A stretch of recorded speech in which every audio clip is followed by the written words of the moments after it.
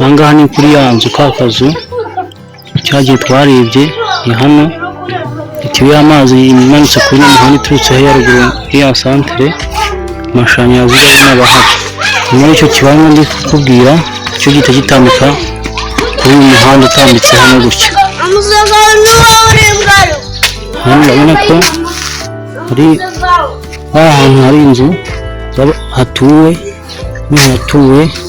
hano hari inzu z'abasirimu habona.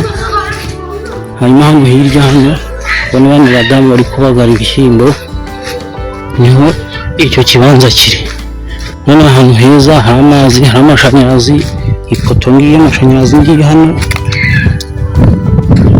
irahari, guhita ufatiraho ukahatura ukahashyira amazi birashoboka cyane, cyangwa se ukahagurisha ukongera ukunguka.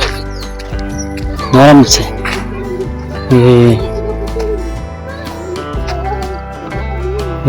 Mukomere. Ikibanza ni kino, ni hano muri buno bunyobwa.